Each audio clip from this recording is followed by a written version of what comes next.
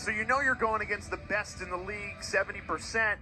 How do you even try and counter that in a must-win game? It takes a village, and you look at this Waterdogs face-off unit, Team Canada. You got Withers, the face-off guy, and the two wings, Reese and Courier. Really unique approach. Withers doesn't even try to win the clan, and Courier, ground balls wise, he is tops in the league from a non-face-off specialist position standpoint. Expect him to be involved in a lot of those ground ball scrums. Can Trevor win it clean and get his exits? He's been doing it all season long. Oh, it all starts for Waterdogs with Jake Withers, who's the face-off man for this Waterdogs team. And again, this is a situation for Waterdogs where you know you want to bring the wings into play, but it does all start with Withers, and Chantal McCabe is standing with the face-off man now. It's no secret you're going against one of the best face-off guys we have ever seen in professional lacrosse. Of course, you got to stay within your own game, but what does that mentally look like? Yeah, I mean, Trevor's obviously a great player, great competitor. We've obviously went against each other, college, indoor, outdoor, so we're no stranger to one another. Just like any other week, we got to make sure we game plan, make sure we don't give up anything transition and beat them not only at the X but in between the lines. It took a lot of work to get to the postseason. What keys do you have to focus on in this game? I think just doing what we've been doing all year to get us to this point. I mean, I feel like the last couple games, Cole will be the first to tell you, we've kind of got away from what has made us successful to this point in the season, and we just got to make sure we kind of get back to that, play Waterdogs across, and battle for 48 minutes. Good luck. Thank you. Guys. So assuming they do actually see the ball.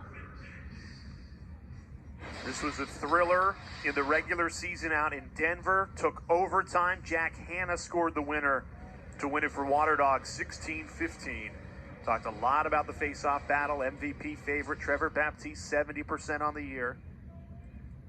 Can Withers try and bring in his wings of Courier and Reese to keep Baptiste at what? 60% would feel like a win? The key is going to be, the battle is what it is. You can't give up goals directly off the face-off. On that feed. 4 goals, 4 assists 2 weeks ago in Seattle for McCardle, which continued to elevate what's been a terrific season. He entered the playoffs second in the league in points. This is a guy who didn't even make the All-Star game. He and Lyle Thompson, the only 40-point producers in the regular season. And he's been productive. I feel like we're due for a high-scoring, close game. They expected that for the first two, and Chaos and Archer's defense was just too good. Courier.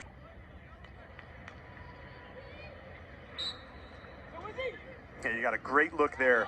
Exactly what you were saying. Withers not even going for the clamp. He knows Baptiste is going to win it. So they're looking for possession after the face-off. They've got numbers here if they push. Casabiel, dangerous from 2, fakes it. Tees up Gray. He could stay out for the full 48. He's going to try. Andy Copeland telling us that when you have Zach Courier, you've got to manage him because he will stay out there for all 48 minutes. They need him to stay fresh, so you got to probably, but elected to shoot instead. This game was tied at 1. Since then, a 3-0 Waterdogs run in the last 8 minutes. Does it on a consistent basis. And he's with Chantal now on the sideline. Break down that 2-pointer for us. We just did a good job kind of drawing guys to the opposite side, and I subbed on last. Kind of opened up a lane to go down the alley and take a good shot. Now you're going to stay ready to go. Thank you. 5th in the league with 24, but he's just taking better care of the ball, playing winning lacrosse.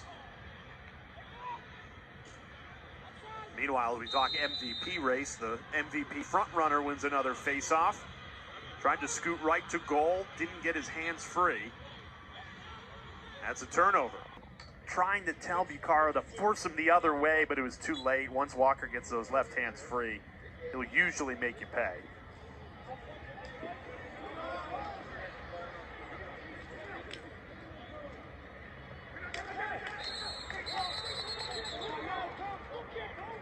Timeout taken by Waterdogs. It was a great placement by Baptiste on that exit, but you saw the effort and hustle by Withers chasing him down. That's the type of intensity it takes.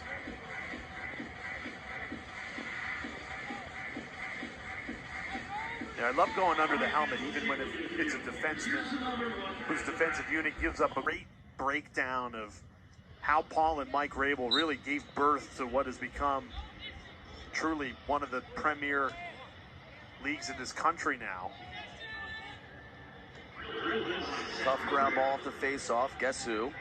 Power play where he's catching a skip pass and finishing in tight. Really, the only goal he scored outside of 6 feet came 2 weeks ago in Seattle.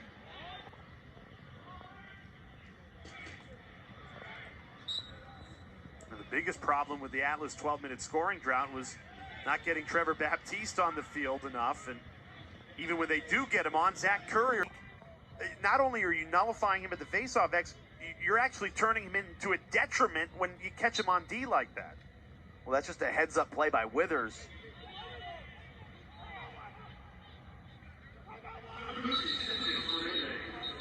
Atlas takes a timeout after winning the faceoff. You get 3 goals, only one of those assisted. One of those was a 2 by Dennis. Total contrast in styles in terms of offensively. And for the Waterdogs, they're not sliding a lot and just daring the Atlas to try to win their one-on-one matchup. Waterdogs in full control in that first half. 6 different Waterdogs goal scorer, and Chantel standing by with Matt Witcher. Step in and score. Give me the rundown of how it went down. I just saw a lot of green space. Kind of playing me to my left hand, so just to kind of took the green space and out early, piles on to beat Chrome. Archers did the same thing to Redwoods, and now Waterdogs following that same trend. And when you're trailing, right, you come out of the halftime, like that first chunk of time is so important, so important. What we've seen so far in this game is actually an extension of that lead as opposed to a closing of the gap. At the end of the first quarter, it was 4-3 Waterdogs. Since then, the Dogs on a 7-1 run. Baptiste's 10th face-off win of the night. Atlas have to. And he didn't play well in their week 9. 13 saves, but just 46%.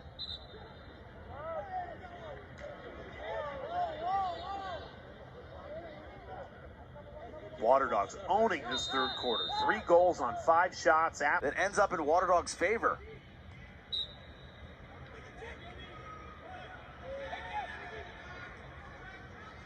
The semifinals. How do you try and use this week productively? Well, we were able to practice, so we got together, and it was really productive. It was, I thought it was a nice opportunity. It was an old school practice. We spent 2 hours, and went through every aspect of the game. Break down what was the key for the 2 winners earlier today, Chaos and Archers. What led them to postseason success? Something you know a lot about. Yeah, I think what jumps out at me in both of those games is they were just sharper. The Archers and the Chaos, they both came off this break, and they were, they worked on some things. They improved, and they stayed sharp. Those 2 things, and this is still within reach. You're always in a game when you have Trevor Baptiste at the faceoff X. Atlas can turn this into make it, take it lacrosse. Although the way this faceoff unit is played for Waterdogs, easier said than done. Currier, almost another ground ball. Flag comes in. Was that the weird play? Does that complete bingo? Is that Currier bingo? 54, 1 minute slash. No, because Is this the best Waterdogs have looked all season? yes. That's what I was just thinking. Certainly offensively. An 8-2 run over the last 9 minutes for Waterdogs to just blow this game completely open. Thought it was going to be a high-scoring affair. Only one of those Which teams it is showed for up. Waterdogs.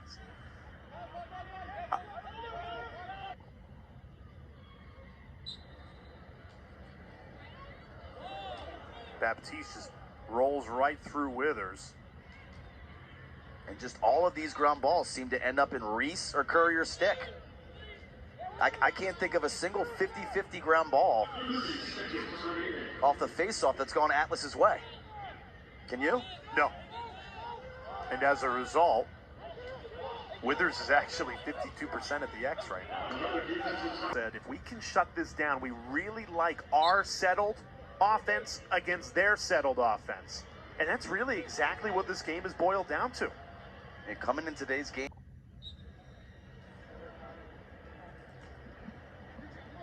I mean, Waterdogs had basically punted on that possession to a degree. Sowers wisely kind of sniffs out. Time there, Teat beating his Team Canada teammate Dylan Ward.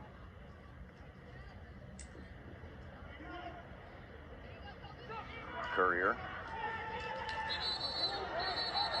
Big hit, flag flies. 8th ground ball for Courier to go along with 3 points. That's your bingo card. Okay. We've been waiting for it. The only team that's beaten the Whip Snakes all season. Both of those games went to overtime. And the game they lost in overtime, they had a lead. Withers gets injured, so you lose your face-off guy. And then questionable decision by Andy Copeland. You have Courier take all the draws. Tires him out. And you lose him on the wings, on defense. The Waterdogs, they've been a streaky team. They start 0-3, then 5-0 in the middle of the season, and then they end the season 0-2. So we didn't really know which Waterdogs was going to show up today, as Atlas calls a timeout. That's why they picked up Peterson, that inside presence and the chemistry with Teat. Now Baptiste wins it. It's going to have to be make it, take it. Baptiste going for a 2. Had so much on it, Ward actually backpedaled after he made the save. Now, if that went, Atlas would have had 3 goals in 1 minute and 27 seconds. Baptiste wins another face-off. A little more than 5 minutes left. Can Atlas pull? And yeah, you have a 7-goal lead, but if it becomes a 4-goal lead, you may want a timeout in the pocket. Big ground ball, Ryland Reese. This will stop Atlas. This game was 19-8, all but over. Now 19-14. The only problem for Atlas is the clock is against you. Continues to tick. 1:40 remaining in this game, and Waterdogs on possession. They're going to get Baptiste, the ball being in the back of his stick. Need a turnover here. Didn't get out quick enough. Yeah, you got to